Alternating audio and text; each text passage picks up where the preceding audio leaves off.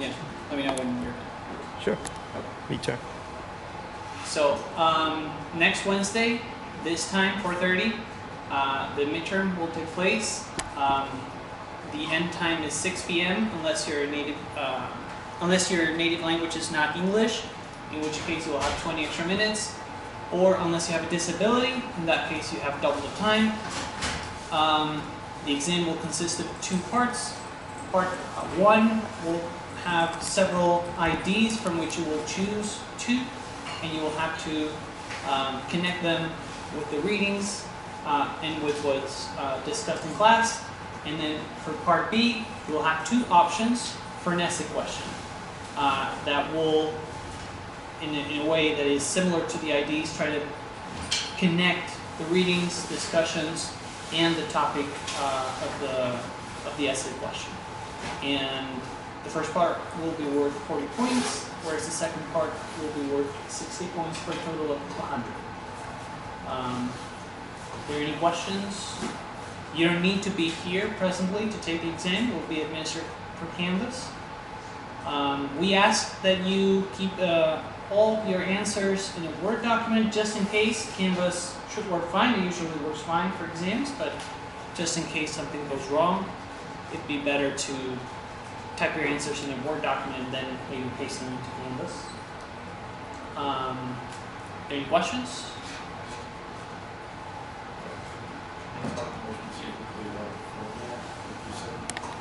Yeah.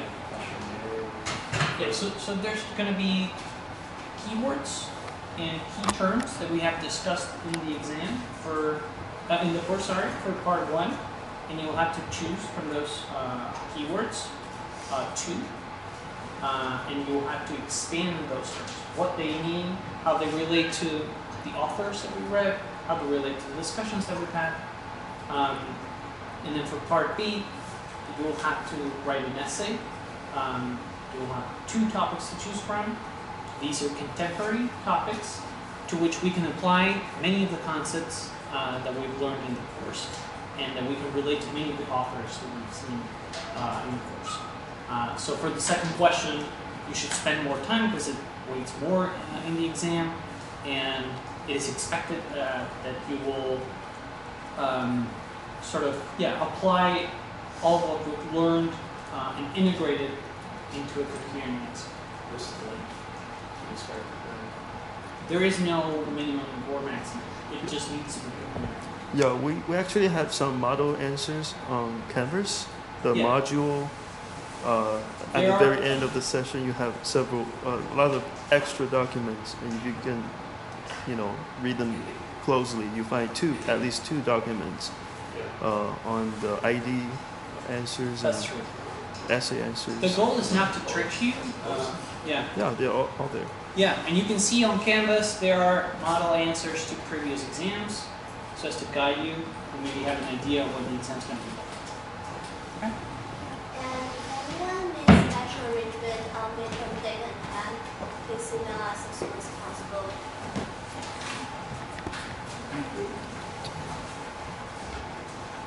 Okay, apologies for last minute. Folks are doing very well. There are about 130 of you registered, but in the snow today, we have fewer turnout, and that's fine. We have the video for that reason.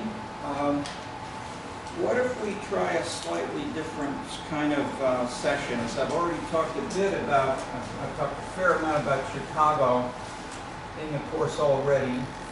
We've got, and we can put up briefly some images for you.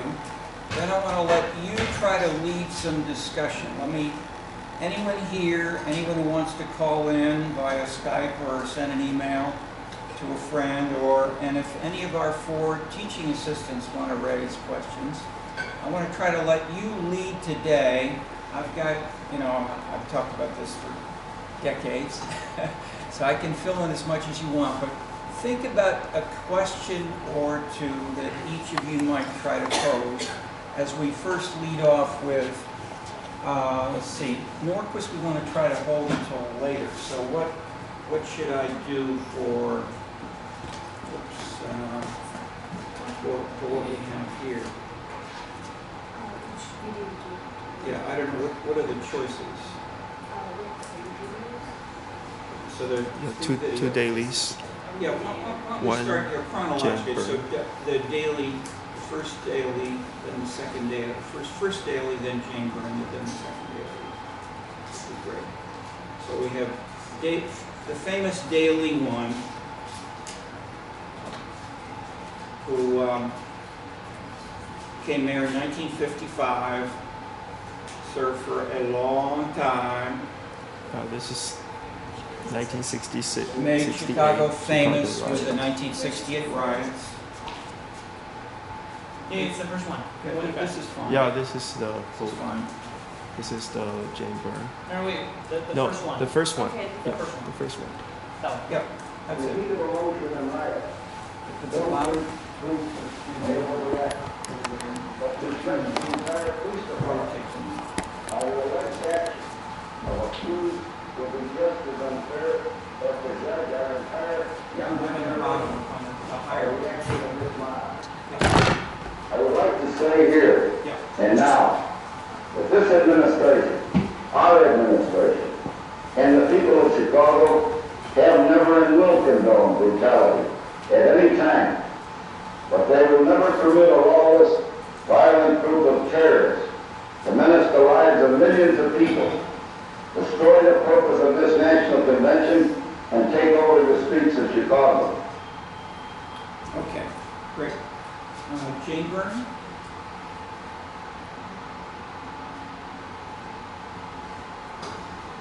The consul came in and told me what's running, a billion and a half, you know what? Then it did you a headache also.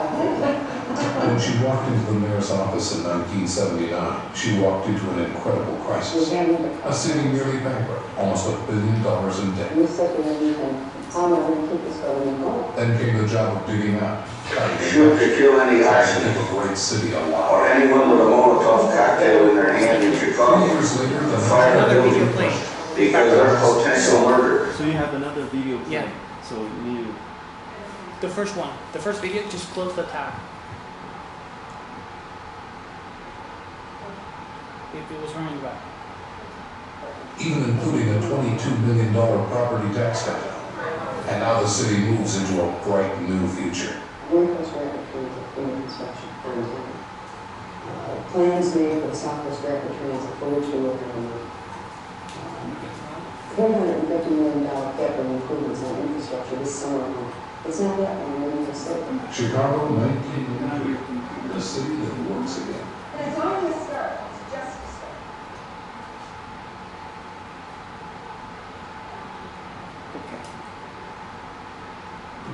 Daily two. You don't have to be like that.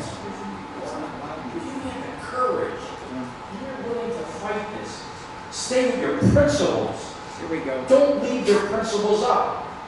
If Alderman Ferrari believes that they don't need the CTA in his ward, then stand and say, CTA bypassed my people. But you will not have the courage, you know that. Not many people have that courage to do that. It's simple to vote no. I wish we were not here. All year, members of the city council been to Washington, D.C. on mandates. Talk to your Democratic Congress senators about mandates.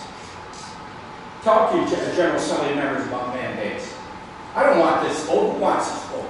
Heavy lifting. No one criticized the pensions or the salaries of your union employees. When we honored fire and police, they didn't have to take a pay decrease. Senator Alderman Doherty knows that. Don't tread on them. No, but don't vote for the budget. Same way you can't vote for the budget. If you have the courage, then stand up and say, I want the CTA to bypass my ward. You'll last about a half a day. You'll have to sign 911 police and fire to protect you and your family. This is a difficult choice for us. The lawyers on one side, the buyers, and lawyers on the seller. Alderman Carpenter's not a lawyer. He knows you can change anything you want. And you're a great lawyer for already. But have the courage then. When you vote no, you have the courage to tell the CTA to bypass for 1 week, and I will stand on a corner and tell people I have the courage. This is a very difficult vote. I don't want it to happen. The budget is a difficult vote. You were sent here to make difficult decisions. It's easy to crawl out of here. It's easy to say no. Everybody would like to say no. I'll tell you one thing. When the people are not picked up in your ward, you'll be calling streets and sand for the trucks. Put them on the trucks and get them to work, please. It's a difficult vote. Those who want to vote, yes, have the courage. Those who are going for political future office, vote no.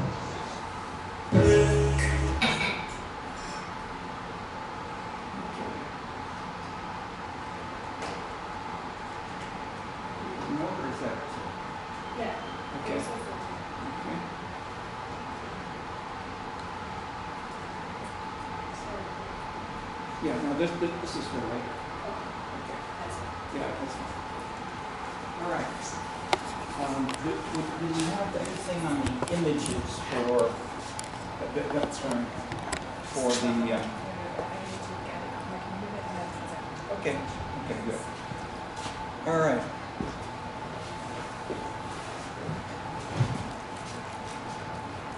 Questions? Discussion about, no, that's not in it. We got more stuff. Is it up there? Must be put up in 2 places. Okay, let's have some discussion and let the others, let our teaching assistants get us some videos. We still need videos from the chapters, especially all of you. There's one most important image which was in the email I sent to the 4 TAs today. I pasted into the email. It has columns of the types of over time, the chronological changes in Chicago, and then in columns the key ideas which these illustrate. So there are a few other things, but that's probably the simplest summary of the book. And it links the book called Trees and Real Violins, Politics of Post-Industrial Chicago. And what that image does is link Chicago to international changes that we've been discussing throughout the course. The rise of individualization, challenges to hierarchy, challenges to the strong party. These are happening in China, these are happening in France, these are happening all around the world at the same time that Chicago illustrates some of these. Where and why is Chicago different, and where and why is Chicago, that is, we have two things going on which we want to, which can give us more insight. One, in some respects, Chicago looks like the rest of the world. Reduction in the power of parties, reduction in the central role of trade unions, the rise of the citizen. These are happening in Chicago and elsewhere. On the other hand, some things are nevertheless illustrated by Chicago's extreme position. That is, Chicago is very different from many American cities. I said, Tuckville has never been alive and well in Chicago. We have very weak New England participatory democracy. That is not a Chicago tradition, even though it's a major American tradition. So there are elements that make Chicago very different. Why is there not New England democratic politics, as Tuckville described them, in Chicago? Why is Chicago different? I'll put that as a question, but that is, we want to use Chicago to understand better how and why it helps us understand Beijing, Paris, South Africa, Argentina, etc. Here we go. So this is the style. So we'll leave that a little there in the background. You can say that the dates, the rise of social and aesthetic issues, fiscal and economic issues, the rise of independent organized groups, empowerment of individual citizens, the rise of public goods, managed growth, and consumption. So these are themes you've heard me talk about right from the beginning internationally. And here's how they connect with Chicago more specifically. So this is also a way in terms of methodology of saying, how can I join what I see as I walk, as I cross the street? How many people are jaywalking or not in this city? If I see snow, is it picked up? If I see garbage in the street, how much is there compared to other cities, in other neighborhoods?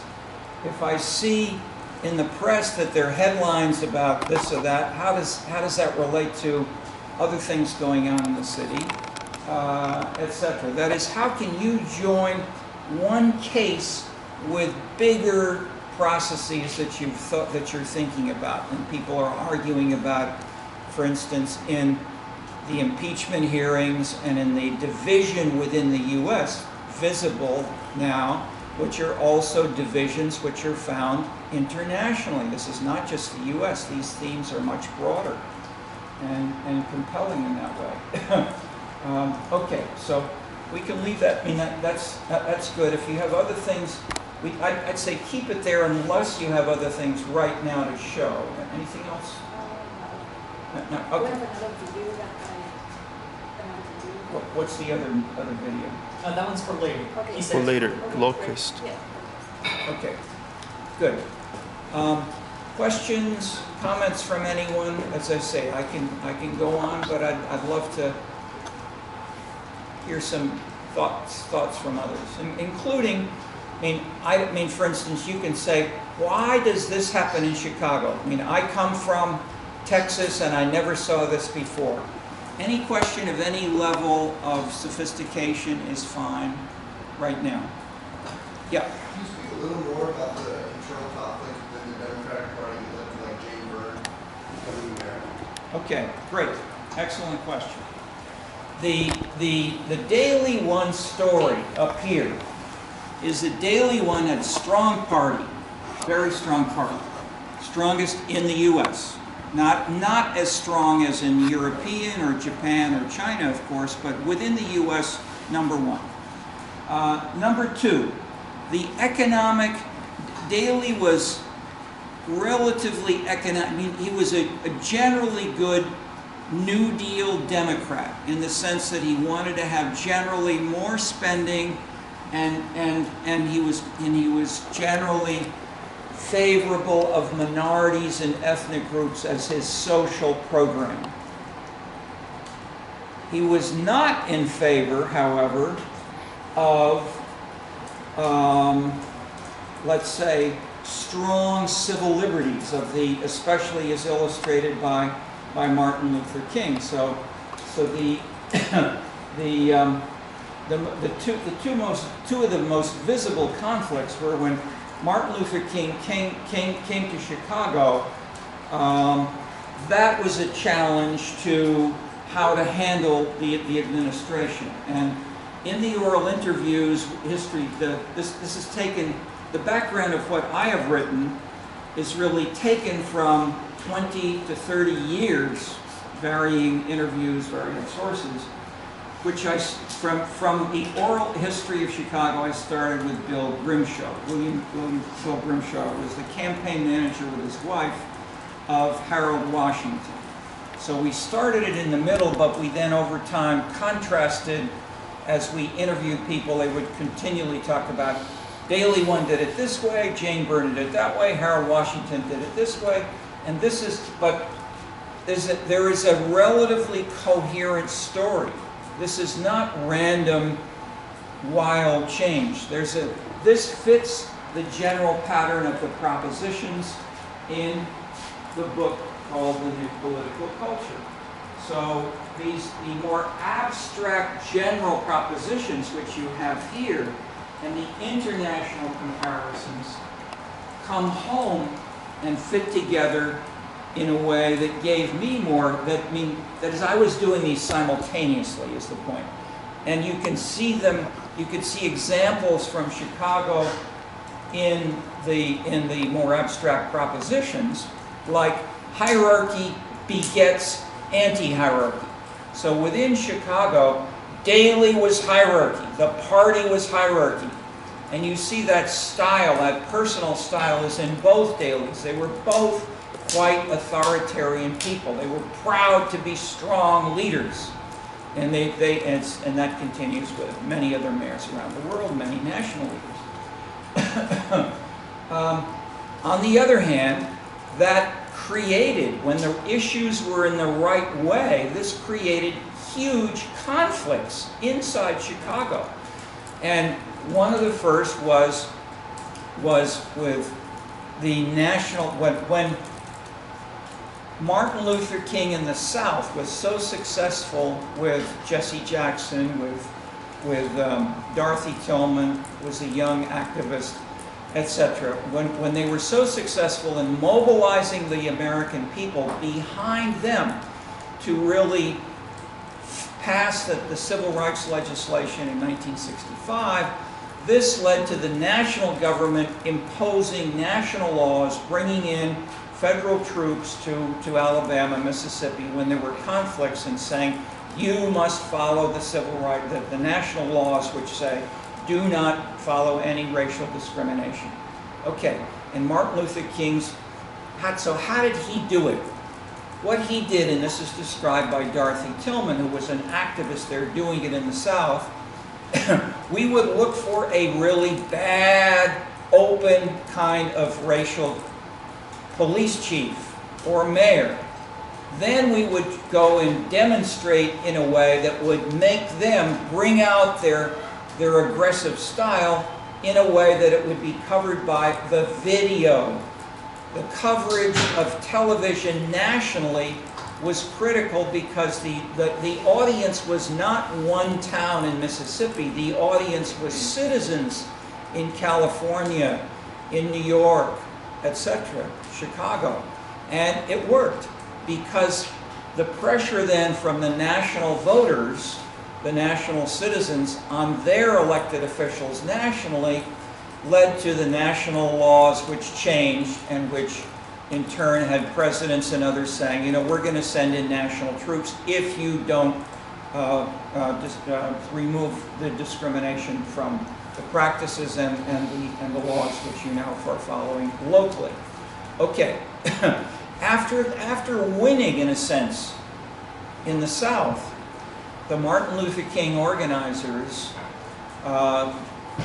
said, let's take this to the North because there's a lot of racial discrimination in Chicago and New York, all around the North. Let's do the same kinds of things that we did in the South, and let's change the whole political dynamic of the U.S. Where to go? So they did their northern tour. They went around and visited many different cities, and they chose Chicago. Why did they choose Chicago? Because Daley was such a strong, Daley one was such a classic, tough, powerful mayor, and they said, if we can beat Daley, then, you know, it will pass over. You know, we will really show the Americans that we can do anything. And as in Dorothy Tillman's words, one of the leading activists with Jesse Jackson after the death of Martin Luther King was, Daley beat us. We lost. And for 20 years, we went into the trenches, we went back to our neighborhoods, we tried to build support, and eventually, we then had new issues, which we looked for. We looked for not just Daley. When Jane Byrne came along, she had been, in terms of the party, the National Democratic Party said, after the Chicago, that is, I'm mixing two things here. But okay, so the big conflict one was civil rights. Big conflict two was 1968, the Democratic Party convention, which you saw with Daley won. Demonstrations. Okay, so national activists came to Chicago during the Democratic Party national convention to choose the candidate for president, and Daley said, as you saw in the quote on television, obey the law. We don't want you to demonstrate too actively, and so when students and others started to be more activist, the Chicago police dragged them away in large numbers and took them to jail, openly, directly. No fancy stuff of making things look more subtle. The national this was no different from what had happened in Chicago for years, except the national media and the national Democratic leaders were here for the convention. So this got national television coverage, and the television discussions, the New York Times, the Washington Post, the LA Times, it said, Daley is very authoritarian. Look how he uses the police. This is hierarchical. This is a violation of citizen rights and so forth. Then they did polls, first in Chicago. Now it surveyed the citizens. Do you support Daley's? Did Daley use too much, too little, or just the right amount of force against the citizens? And the polls showed maybe 60 to 70% said he was just right, or he did not use enough force against the citizens. So the citizens were behind Daley, first in Chicago. And when the national media, the journalists heard that, they say, oh my God, that's impossible. Well, even if it's impossible, it's certainly not true in America in general. So then CBS, NBC, Gallup, and so forth, each did separate polls nationally. How much force should Daley have used in Chicago in 1968 at the Democratic Convention? Nationally, the results were about the same. Most American citizens said, we don't want demonstrations. Okay, so in a sense, that I would say that has changed since, and I don't have good. We're doing a book now, which I just mentioned here, Latin Scenes. The street activism, the demonstrations, the challenging of authority has become more legitimate in Chicago, heightened by these two big events of Martin Luther King's successful demonstrations in the South, then the Daley fighting against the demonstrators in 1968. 1968, of course, was the peak year in the Western world, in Paris and Chicago and Berkeley and New York with Columbia, was the peak year for demonstrations, for challenging authority in universities, in the war in Vietnam. Lyndon Johnson as 68. Let me carefully. Okay, that is challenging hierarchy was the visible theme. After that, the Democratic Party was highly divided nationally. And I had many students, that is, classrooms, my classes dropped, a couple of weeks after this happened. Many of the students, especially young sociologists and political science, BA and PhD students, would take off a leave for 3 months, 6 months. They'd go and work in Alabama, in Mississippi, in Texas. And they would say, we want to change the Democratic Party away from Daley's party. And they did. 4 years later, Daley was not permitted to come into the Democratic Party. It was in somewhere in the South, maybe in Miami. I'm not sure. The Democratic Party was radically changed, and it then required that every Democratic Party chairman at the local level would include a man and a woman. Jane Byrne, therefore, was appointed by Daley and the others to be co-chair of the Chicago Democratic Party. So she and Daley worked together within the Democratic Party to implement the policies which they pursued.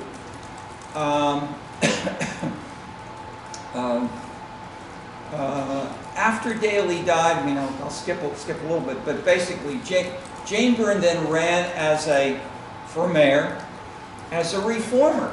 She said, vote for me and I will change the city and make it better. But at the same time, she had been co-chairman of the party with Daley. So she would creatively, just tap on this here. Yeah, okay. She would creatively try to blend reform in some public discussions with the traditional machine, and in some ways her traditional clientelist machine politics was more extreme than Daley won. She got more money openly asking for business, for neighborhood groups, for contributions from people who wanted contracts. If you want to get contracts, you know, for picking up cars, if you want to get contracts, you have a trucking company for, you know, for cleaning the streets, give me some money for my political campaign. I mean, what Trump did is nothing compared to the old Chicago style. I would have aldermen come to my classes here and would say, you know, I keep my requests. I have here in one pocket the list of people who elected me, people who worked for me really well and helped me get elected. Then over here in this pocket, I go down to City Hall to the Office of Patronage. They used to talk that way. I go down to the Office of Patronage in City Hall, and I get some jobs that we could potentially apply for. My job as alderman is to put together those two pockets. That's how, you know, more than one alderman described their job as alderman in those good old days. Okay, open clientelism.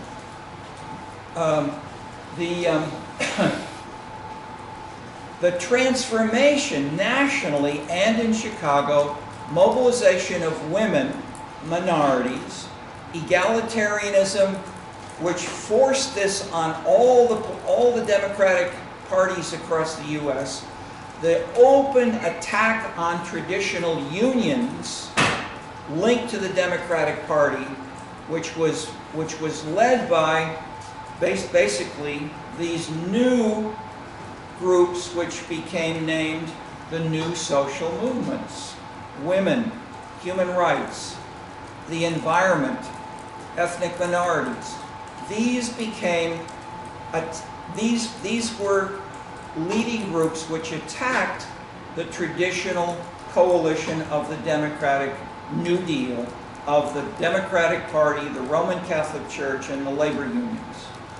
Okay, this happened in different ways across Western Europe and around the world, and I've talked about it already a couple of times about how the first reaction of the strong parties was to defend themselves and what they had traditionally done, but over time, basically, the key driver was the decline of blue-collar voters, the rise in numbers, the rise of education, the rise of the numbers of more people who supported these new social movements, and then the change in the socialist and communist parties to support more of these new social movements. And this in turn led to a conflict with Marxism traditionally. It led to a conflict with the unions. Tony Blair created what he called the New Labor Party and had no linkage with the unions, whereas before the Labor Party was named for labor. It was called labor because they represented blue-collar workers. That was the crude name for labor. Okay, so Blair broke that, and that kind of fissure happened all around the world. Okay, so in that sense, Chicago is illustrating some of these worldwide patterns. The two challenges, civil rights, then 68. The dramatic changes linked with Jane Byrne. So Jane Byrne is here within the party. She then got attacked by the activists, Jesse Jackson, Dorothy Tillman, who Daley One had basically succeeded in beating down. That is, how did he beat them down? He had the African American churches were so strongly supporters of Daley One that not a single African American church would welcome the Martin Luther King civil rights activists from the South. They were only taken in and helped and given housing because they had no money. They were used to getting everything from voluntary contributions and charity wherever they went. When they came to Chicago, they got zero from the black churches, black neighborhood associations. These groups, churches, civic rights, the neighborhood associations were so tightly connected with the Chicago Democratic Party that they went to a white church, and the liberal left white church took in the Martin Luther King activists and got them housing. And so that was the kind of degree to which Chicago was connected, and which Jane Byrne then would talk about independent organizations, meaning independent of the regular Cook County Democratic Party. And so Jane Byrne's, one of her jobs, which she gave a 1 hour, I mentioned this briefly before, she gave a 1 hour presentation to a group of us when she was running for mayor about how her job as co-chair of the Democratic Party was to destroy the independent organizations, and how she did it. And she was proud that she could infiltrate and try to find out who they were, what they were doing, and then just destroy them in order to strengthen the regular Democratic Party in ways that showed how sophisticated and Machiavellian in the crude sense she herself was. So she mixed this in in her rhetoric in wonderful ways so I would say one of the best, I'd say the two most dramatic chapters of our oral history, which is online, I believe. If you want to look at two interviews, chunks of them, and I have chunks in the introduction, which is there as well. Look at some of the interviews from Dorothy Tillman, who was the African American activist, versus Jane Byrne. And the two were very emotional, very outspoken, and very continually conflicting with each other on these issues. And they fit exactly what is here.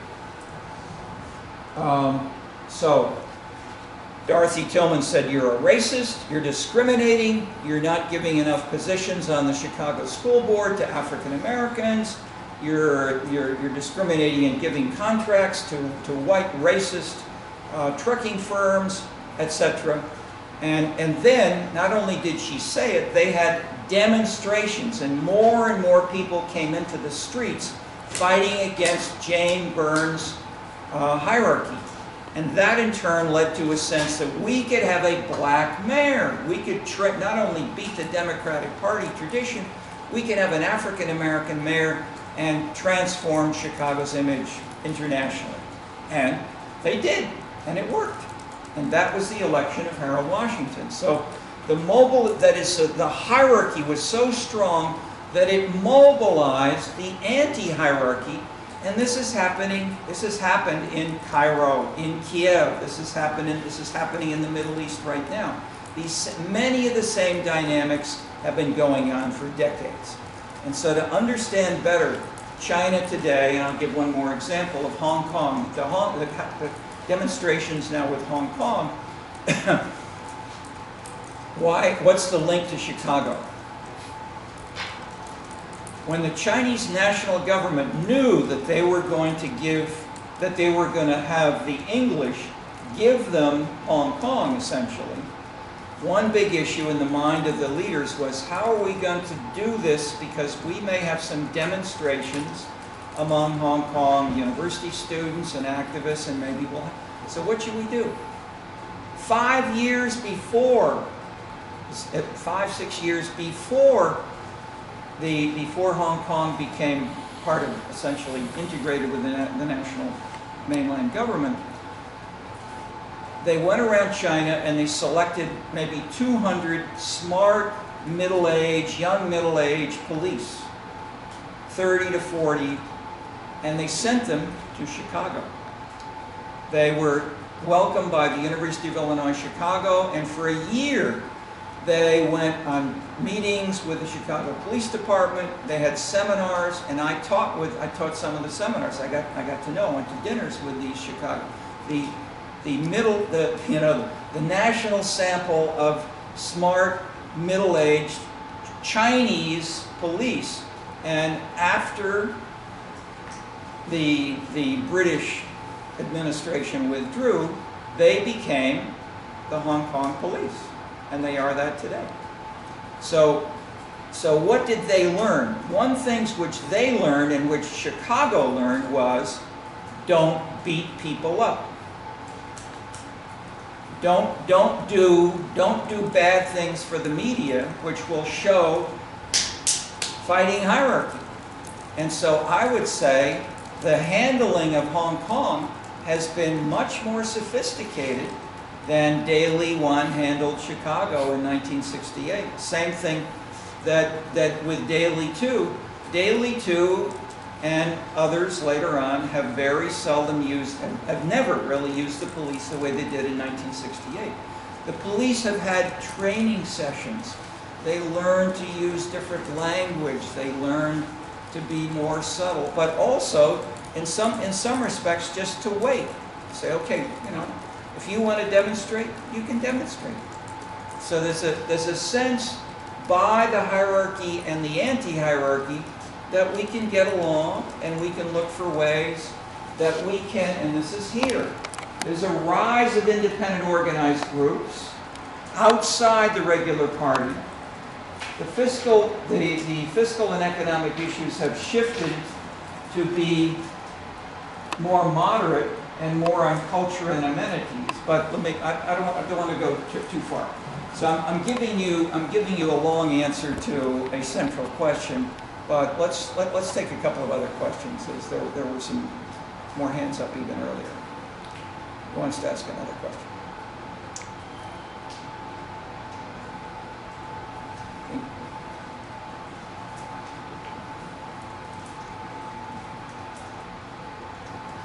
I can ask a question. Go ahead.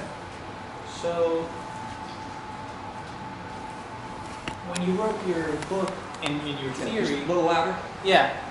So your theory was developed, and your book was written some 20 years ago, I want to say. So, how do you think the concepts that you came up with and your propositions, how do you think they have evolved over time until now, when Daley's no longer the mayor, and we have a new African American mayor? Yeah, I would say the main answer is that most of the propositions still seem to hold and help interpret these changes in Chicago and worldwide.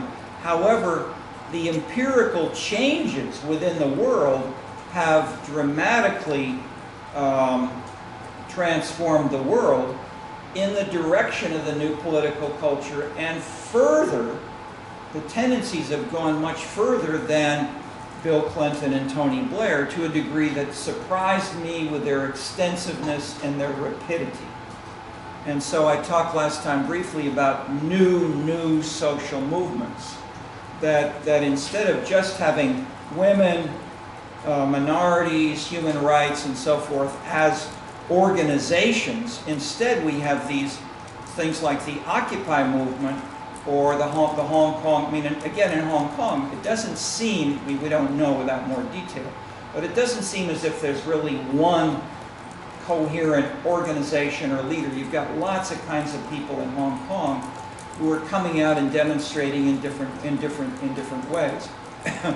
And that is more characteristic of these kinds of changes, which illustrate the decline of hierarchy even within the opposing groups. So at the beginning, you may have a strong anti-hierarchy organization, or put differently, because hierarchy seems so bad and so visible, the only way we can progress is to attack the hierarchy. So everybody sees that as the enemy.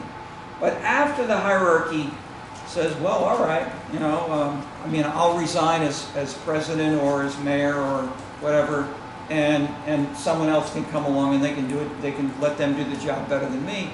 As things become more open, I mean, China is a dramatic example, I would say. I mean, despite the Western press, China has become much more tolerant of many other patterns than was true 20, 30 years ago. The use of social media, etc., all kinds of things. These in turn have led to an explosion of multiple kinds of themes, not just through highly structured groups, but social media playing an active role. And people individually can do all kinds of things, including deciding each day, you know, will I go out and put on a helmet and demonstrate, or not in Hong Kong, in Cairo, in Kiev, and so forth. I didn't say so last time. Oh yeah, okay. I also said we were going to let someone ask her question. She's not here yet. But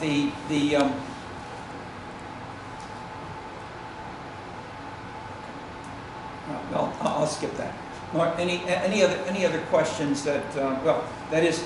Let me add, yes, I'll just remind you of my answer to a similar question on Monday, which was how interpret these new social movements and the Occupy and so forth. And so I would say by adding a new concept, which is 15, 20 years after we did those propositions, the concept of the new social movement. That is, instead of seeing first hierarchy and then anti-hierarchy organized groups, such as feminist organizations, etc., versus or human rights organizations. Instead, we have much more decentralized, very strong individuals doing things much more on their own. You know, okay. So that I'd say that's the biggest single change, which I do not see in any way as a contradiction of the propositions. In a sense, the empirical examples have changed, but they've shown, in a sense, the strong rise. And second, related point then, is they are reacting to, or so then how do we relate this to the newest round of populists, Donald Trump, Brexit, etc., mayors and national leaders across Eastern Europe, Brazil, etc. We've got a rise of these so-called conservative populists, conservative on certain social issues, but similar to the new political culture in that they fought the traditional leaders, and they went directly to, they try to legitimate themselves with citizens. So what is shared is so elements of shared, so some new, some old elements, and but these specific ideological patterns, you know, are they in favor of immigrants or against immigrants? The Ford regime in Canada embraces immigrants. Trump attacks immigrants. So this is a bit, but my point is, even on this, it was a fundamental issue for Trump in that he used it to launch his, and it was such a shock that any person would be a serious candidate for president would say such nasty things about Mexicans was unbelievable at the time. But so even on that kind of pattern varies around the world among these. So a question that one of you raised last time was how interpret, was the first question, how interpret these new populist leaders with the new political culture theory? And my simplest answer is, because the new political culture became so established and so successful, it in turn was attacked by these new leaders. So in a sense, you could call political correctness, that is support for no racial discrimination, equal rights of women, human rights for people around the world. I mean, those kinds of things are sometimes called politically correct. All right, what Trump did was attack political correctness. And then he tried to label it with Nancy Pelosi, you know, Obama, Hillary Clinton, in saying things which were so inappropriate. You know, no woman has the stamina to be president of the United States. I mean that kind of, at least Hillary Clinton did not have the stamina. I mean, so to make that a political issue is totally politically incorrect.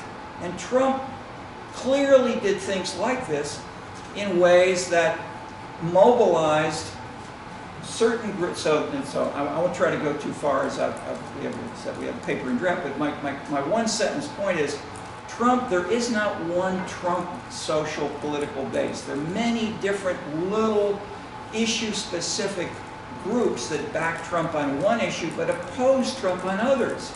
And he tries to play to many of those in ways that infuriate people who want a clear, coherent party program, which he never has had. Okay, so in that sense, my simple point is the new political culture extends this, and if we take this down nationally and internationally, we have we have people who are in turn reacting against the new political culture style, including Trump.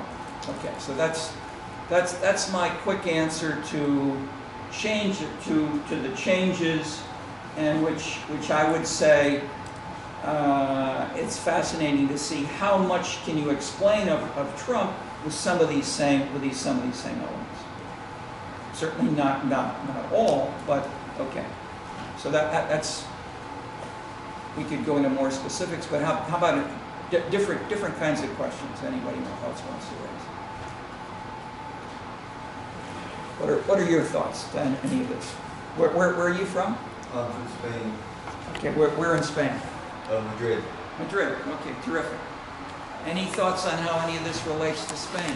I mean, you do see a rise of nationalism, similar to how Trump is feeling, but it kind of works very different, the political regime of Spain, in the sense that instead of being two parties, either Republicans or Democrats, instead of what? Just being two main political parties, it's kind of like, due to the economic problems and the political problems, smaller parties are spurred, leading to a more divided Congress of probably 5 political parties. And in some sense, you do find political leaders that will still attack the political correctness, and because of what's going now, the political party is rising. But at the same time, I think it's more stabilized due to the other 4 political parties that are more capable of opposing it, in exchange of only one, like you would find in the US. Okay. Well, Spain is an excellent example. One of our main international collaborators is Spain, with Clemente Navarro in Seville, and we've worked together. The first papers we did on scenes, really, he was active with, and so and then he's helped us join many of the data and many of the big concepts. So how about within Spain? How would you explain, say, the north-south difference between Spain? You want to comment on that at all, and maybe compare to the north-south difference in other countries like the U.S.? I mean, I think it's very different to how you compare it to maybe the U.S. or other places, because Spain it's a much older country in the way that it was formed by little regions within the country that eventually reunited to try to, like a long time ago, 1492, to try to take, what was it, the Muslim Islam Empire in the past. So the divisions are more local in terms of what, like, historic regions were in the past, and you could find 4 very different regions in terms of culture, politics, language. And that has always been a problem, especially now you can see with the independent movement, because when things go wrong, it does cause the rise of nationalism in those little regions. So I'd say it's more divided because they're more different to one another in the sense that they speak different languages, their educational system is different. So I'd say it's completely different and more difficult to express. Yeah, one of my professors, Juan Lintz, did a thing. He had a German father and a Spanish mother, and he grew up in Spain. And he did a famous paper called 8 Spains, discussing where and how there are 8 different variations. But if we simplify and just talk about the North and the South, and we try to link that to what I said, for instance, about Russia and Genghis Khan as a simple, visible, earlier example of daily and hierarchy. And if we think of where is there more hierarchy and more, that is, what's the most extreme city now? It's Barcelona. So Barcelona in the north is right next to France, and Barcelona looks north to the rest of Europe. They want more individualism, egalitarianism, participation, and when you get more of this, the national government says no, and then we have battles that we want to impose autonomy. But as you move south and get to Malaga, and I mentioned, did you hear when I mentioned the Malaga Holy Week, of how they celebrate Holy Week in Malaga? No, but I assume it's similar to many other places in Spain. No. Okay. I was in Spain during Holy Week, and and they had national television coverage of how do the different cities in Spain celebrate Holy Week. And most of them were celebrating democracy, autonomy, but also pride. It's a classic religious holiday. But so in Malaga, they had a ship come into the harbor. You had the gangplank come down, and the Spanish Foreign Legion troops in their uniforms and their guns marched down the gangplank into Malaga. Then they joined the parade, and they marched in the streets holding up Christ on a cross. So they were an integral part, welcomed by the mayor and the people. I won't say all the people, but the mayor and the city council had officially, and this has happened for several years. And this was several years ago. The same thing. You can just look up Malaga Holy Week on YouTube, and you can see these same things in discussions by the mayor saying, we want to celebrate. And so you have the television interviewer saying, but the Spanish Foreign Legion, that's Franco. You mean you're celebrating Franco in Malaga? How can you be doing this? This is not politically correct. And so you have this kind of discussion within Spain, and in turn, he's in the south. Okay, why did the Spanish Foreign Legion become famous, and how did Franco become president, of Spain? Because he was so successful in fighting in Morocco to try to maintain the Spanish colonial empire. And but why was he doing that? Because he was fighting hierarchy, anti-hierarchy.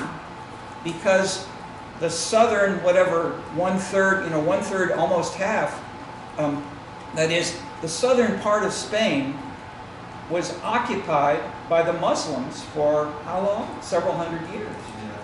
Yeah. Okay. Okay. The same thing happened with Genghis Khan. Genghis Khan occupied Russia for 250 years. Genghis Khan occupied China by intermarriage, in a sense, ever since. That is, you have a Mongol strong element within China today.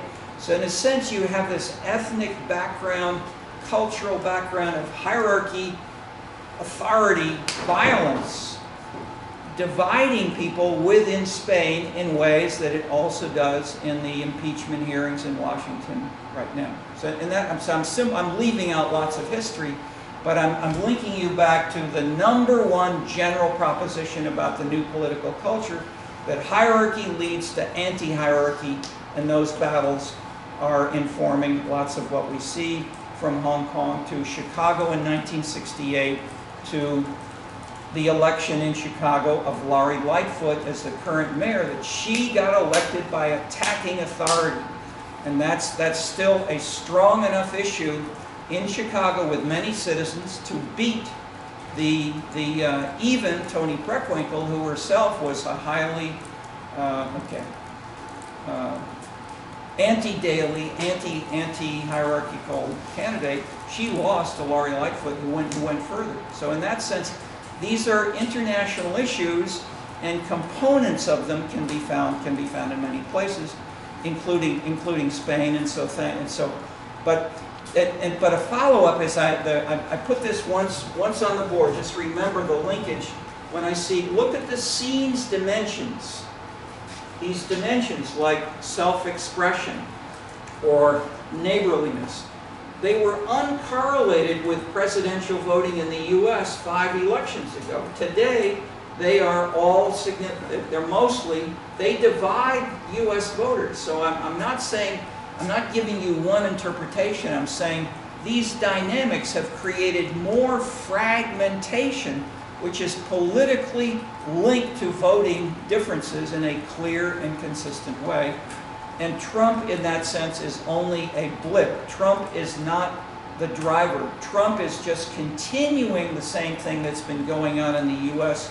for 5 presidential elections, and you have similar patterns in Spain, in Russia, in Hong Kong, in Barcelona today. Okay. Another question, comment. Yes. Just a little bit louder, a lot louder. Maybe stand up if you want.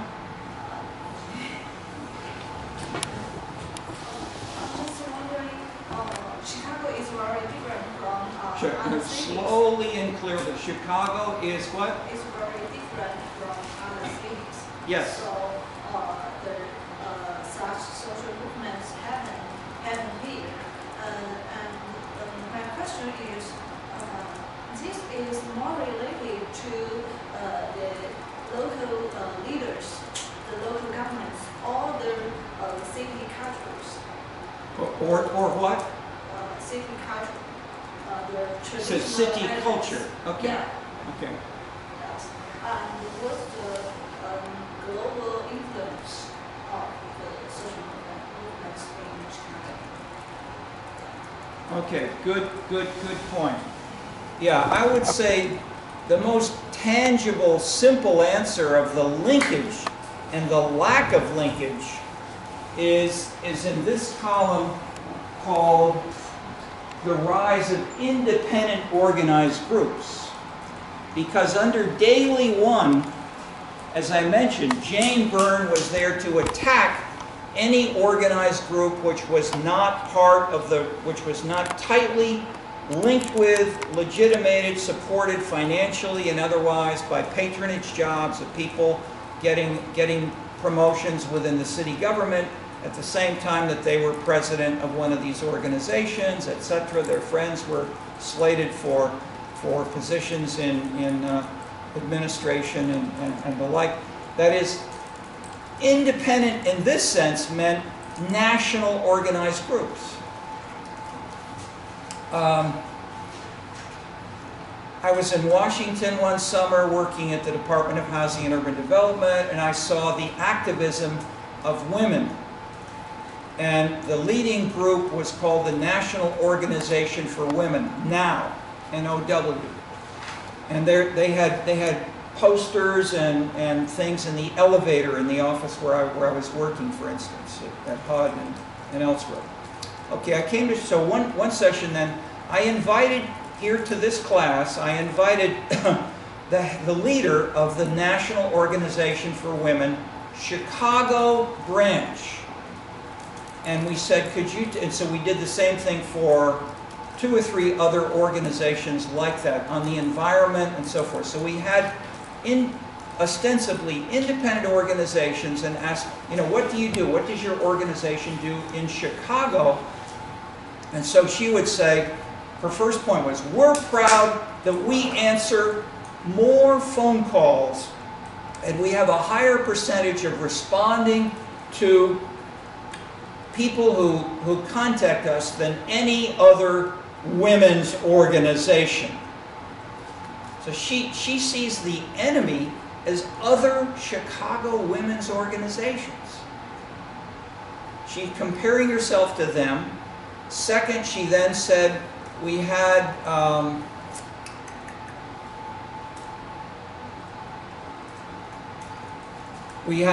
that is, she had, her answers were very Chicago specific, and they were similar to the criteria used by the traditional Democratic Party. Okay, so after she went on, that is, how do you organize, that is, the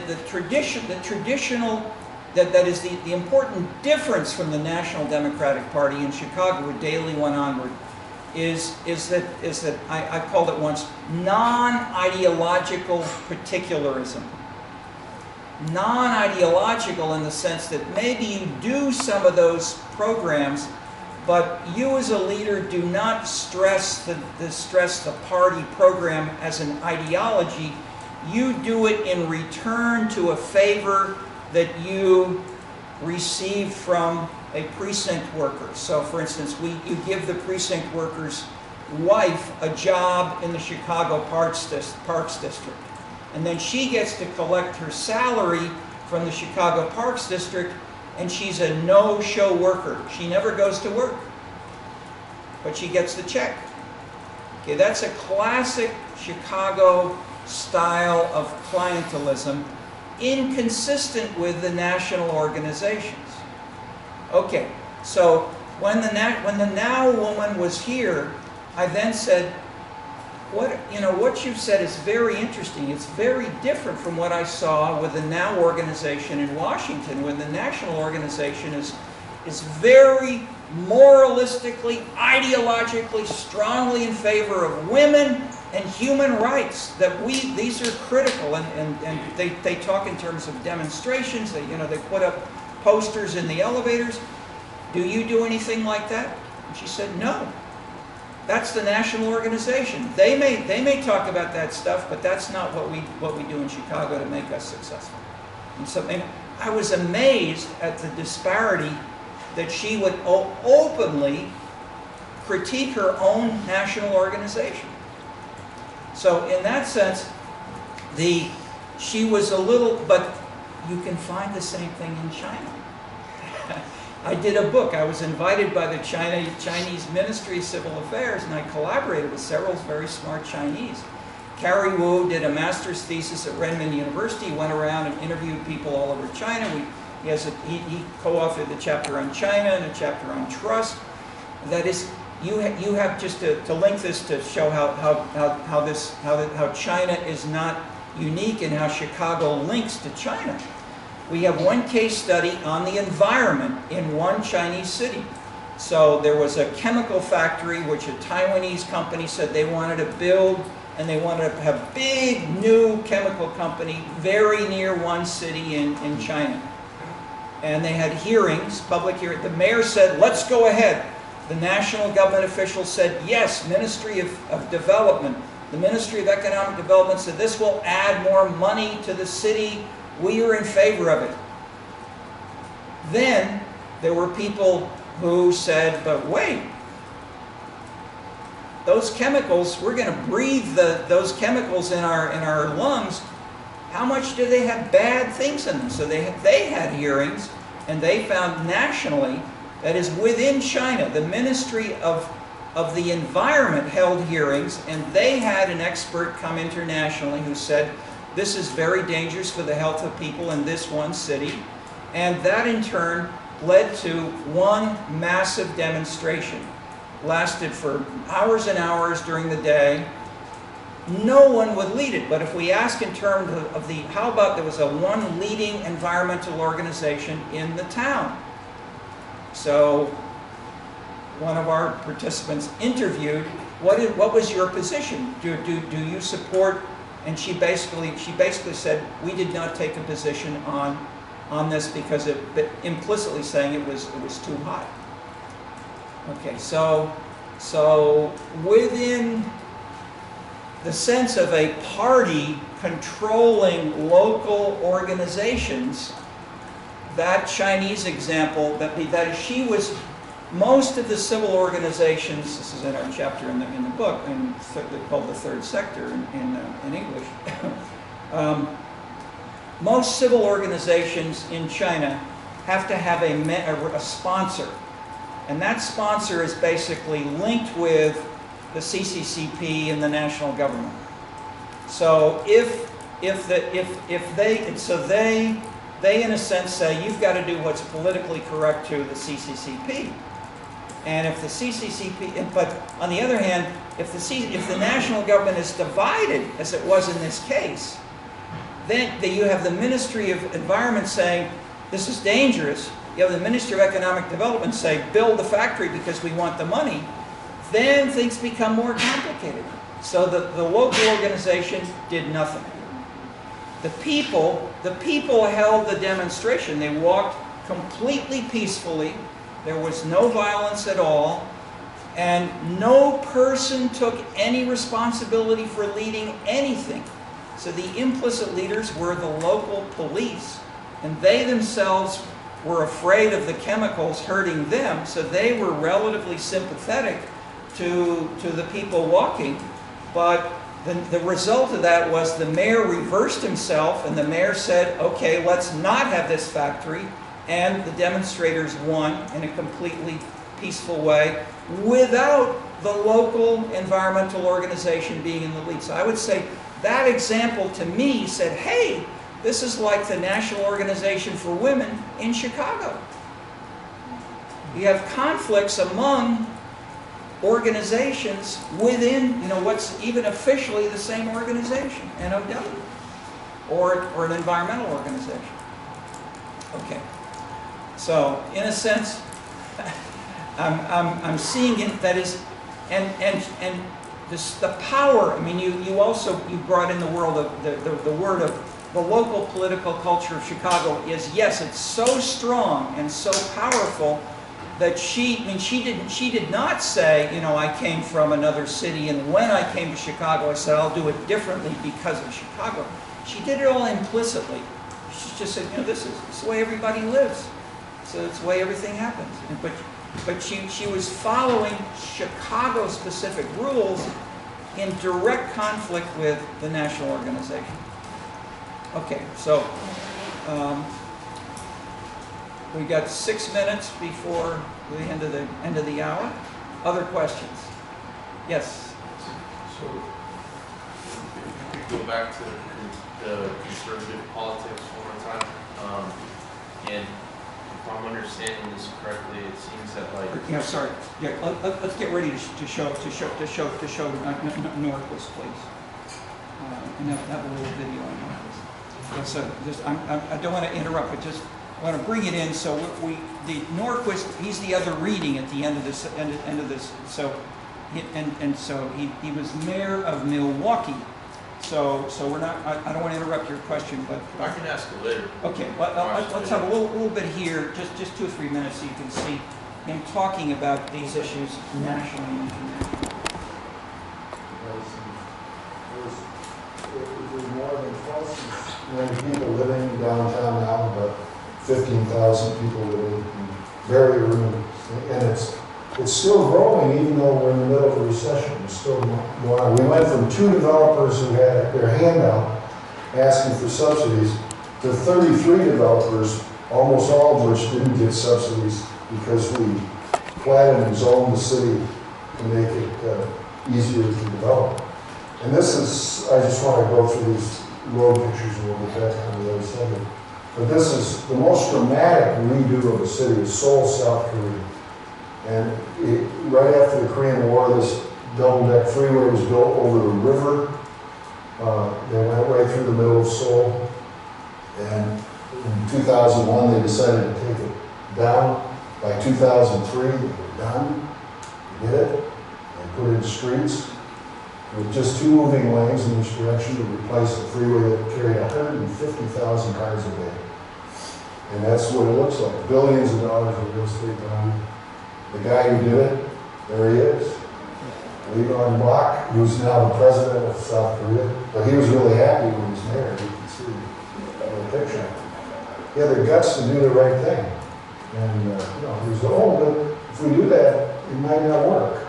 Well, he went ahead and did it, and it did work. And, you know, sometimes you have to do things that seem a little counterintuitive. In Seattle, you have the Alaskan Viaduct right on the waterfront. And we met with the governor's people, and her people said, you know, Seattle's a big city, you can't take that out of it. There's no way you can do the traffic with it gone. And we said, well, that's interesting, because if you go 200 miles north, there's Vancouver, it's about the same size, and they don't have a freeway. You know, they in the whole city, they don't have one freeway in the whole city. And they have the most buoyant real estate market in Canada. But let's give them one. You know, so we photoshopped one in there. Or give it to Paris. You know, that's a big city and they don't have freeways. Maybe they should have one too. You know, I mean, it's really absurd to think. Here's Brisbane, Australia, and they're planning on taking this out now because it actually creates traffic jams. All right. So here he is saying that Milwaukee is the largest U.S. city to say, as he did, we're going to stop this freeway. We'll close off the exits. You can't get off the freeway in the city of Milwaukee. And it was highly controversial because people said, we can do this in this village, but you can't do this in a big city.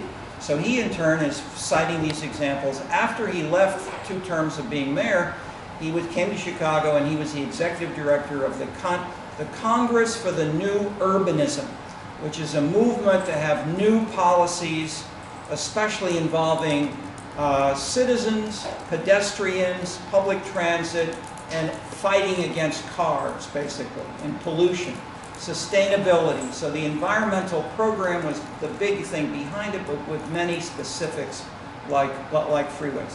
Okay, so back to the question.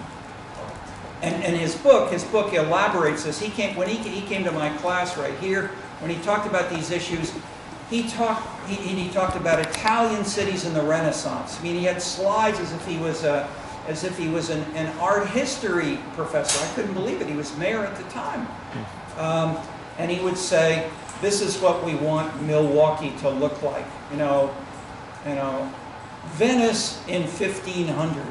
And so he showed the pedestrians, the alignment of the churches with the ends of the streets, the aesthetics of different buildings, and we want to move Milwaukee in this direction. Okay. Question? I'll just ask through an office. Sorry? I'll ask through an office. Okay. Anyone else with something big or small? Young lady in the front with blonde hair and a gray sweater. Where are you from? Los Angeles. Los Angeles. All right. So you couldn't be a worse place from the standpoint of Norquist. So Norquist hates the LA freeways. Yeah. What's any reactions that you've had to this course thinking about your LA experiences? I mean, I get it. Like, I think the freeways are really kind of a complicated system and take a lot of care in terms of understanding. Just a little bit louder. In terms of understanding, like, the communities that they connect versus divide versus how they change the pricing in these different communities for people. And LA struggles with that in particular, even in terms of, like, wildlife division, how it disrupts the natural flow of what's going on. Okay, so for sure. And the politics and the image and the symbolism of the freeway is big stuff, as I talked about before. And that's why I went to UCLA and taught there. And as I said, I trained for the marathon. Every other night I ran in a different neighborhood to try to get a feel for how people in the LA area were different, and they're very different from Chicago. But it's great to see the contrast.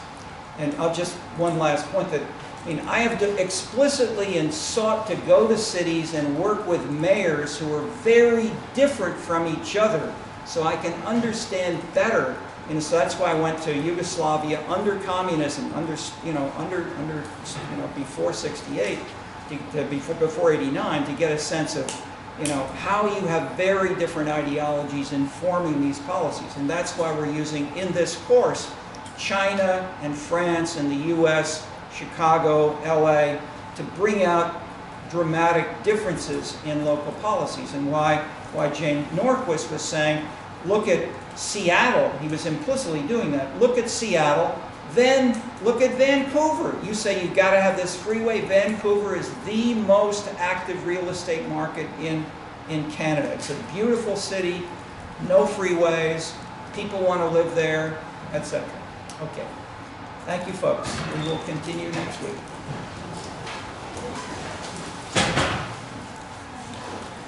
Thank you, TAs, for last